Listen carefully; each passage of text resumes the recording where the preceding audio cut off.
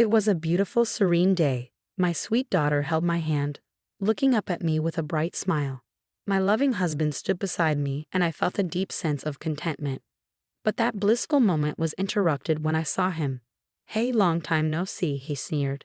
It had been years since I'd seen Ian, my ex-husband. He approached us with a smirk that I knew all too well.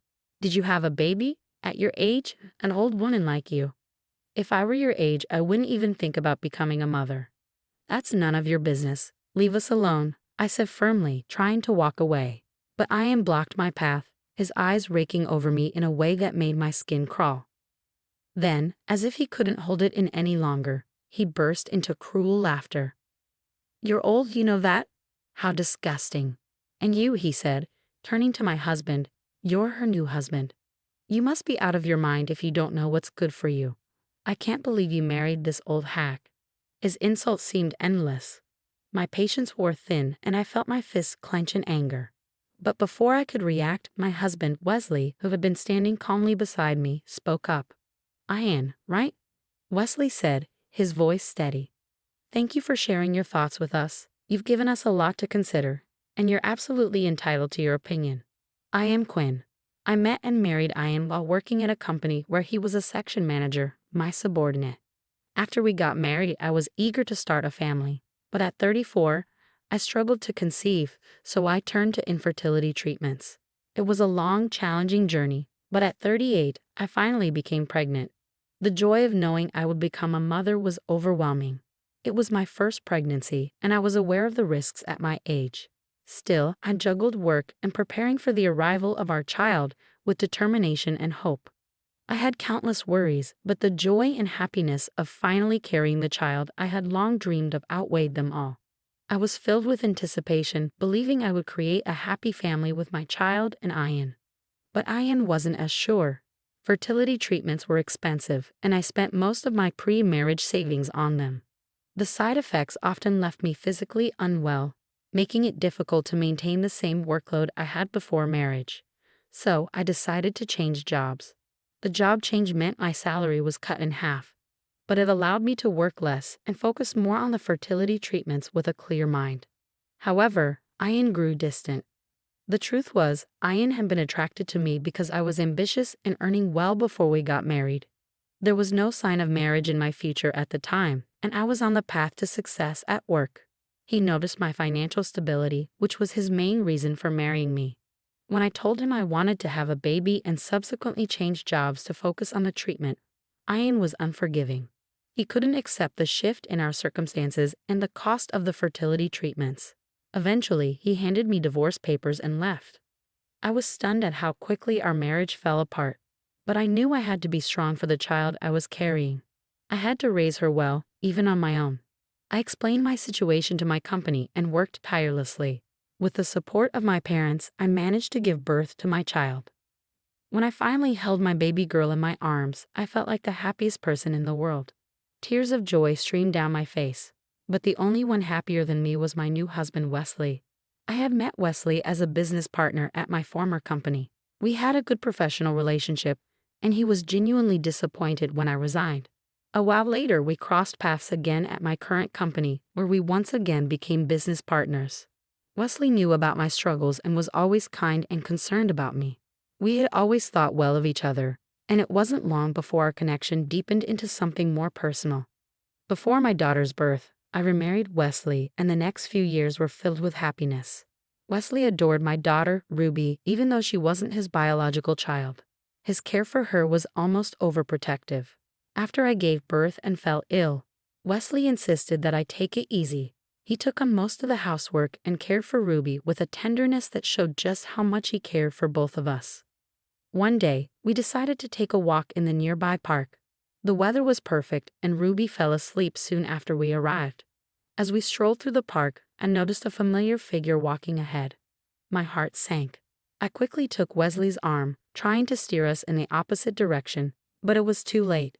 The person had already noticed us and was approaching with a smirk and a nasty smile. "Long time no see," he said. I recognized the voice immediately. "Ian, long time."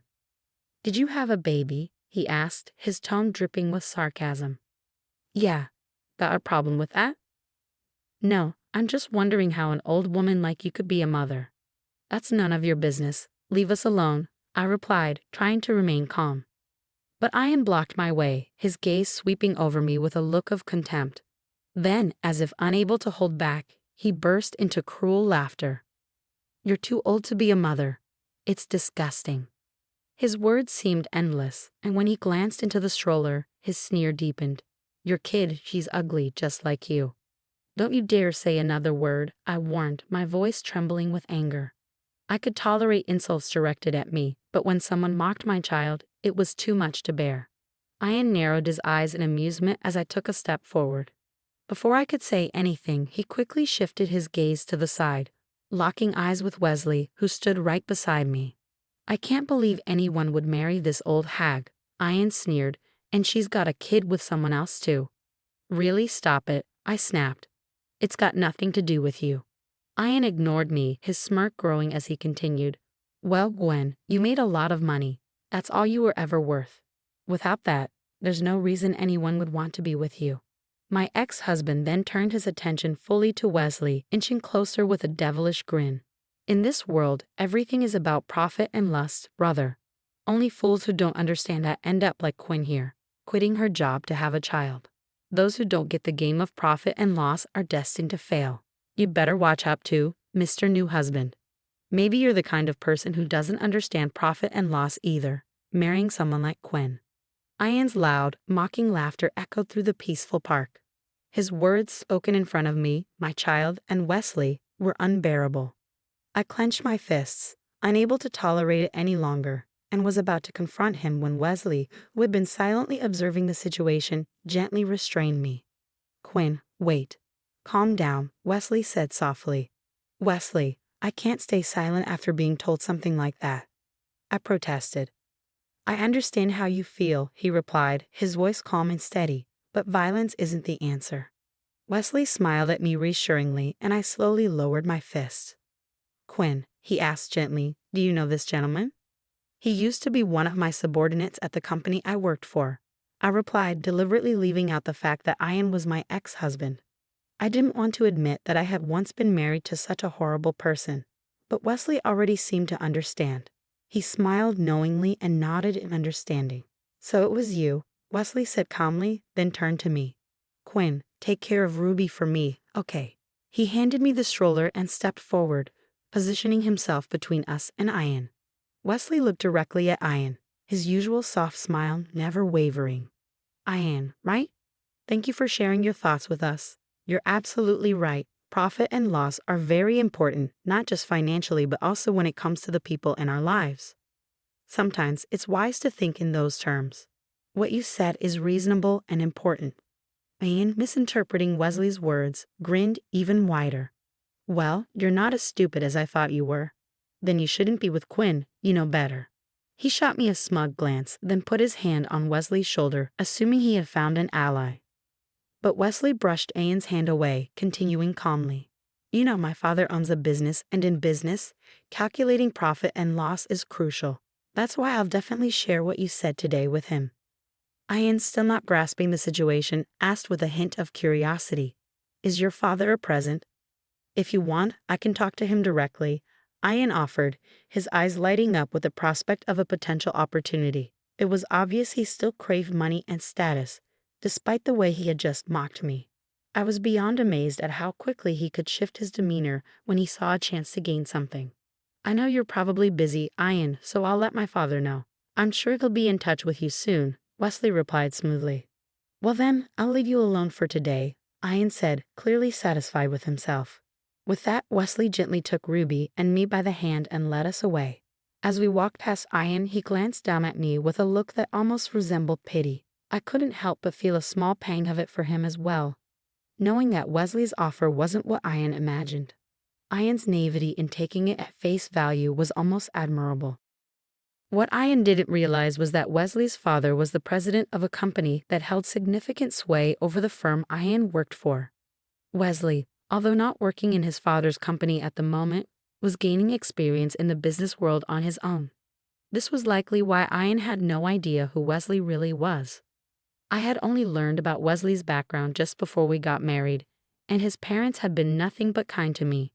When they found out I was pregnant with my ex-husband's child, they didn't reject me.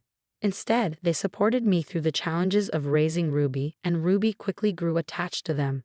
It was heartwarming to see them play together, forming a bond that only deepened over time.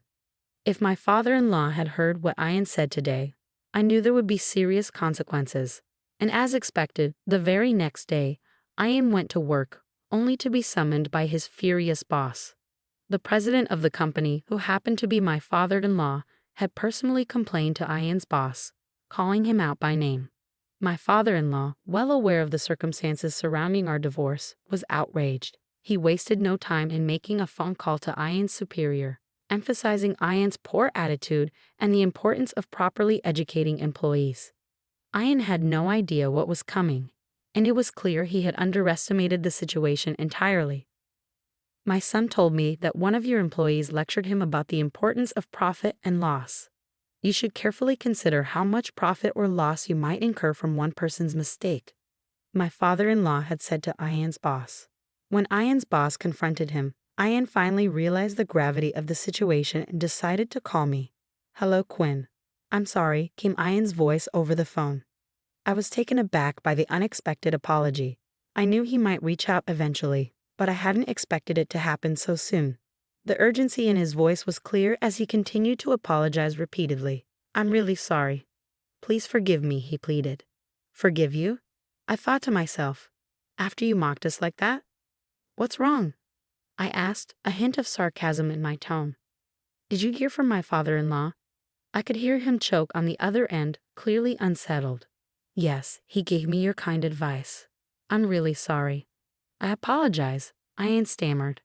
"I'd like to apologize to your current husband and the president in person."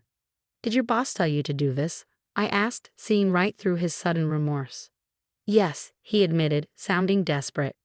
"I was told not to return to the company until I apologize in person and get your forgiveness. Please help me. We were married once." His voice trailed off, filled with desperation. "Please, Quinn." "Quit it." I cut him off, my voice firm. "You've only ever seen me as someone who earns good money, haven't you? Now you're getting carried away, trying to crawl back when things go wrong. You were the one who said it's all about profit and loss, right? Well, for me, it's a loss to keep you anywhere near my husband and father-in-law. Talking to someone who made fun of my daughter and my husband, it's nothing but a waste of time for me." I paused, letting the words sink in. "So, if you understand, don't call me again." No, Ian's voice grew more desperate.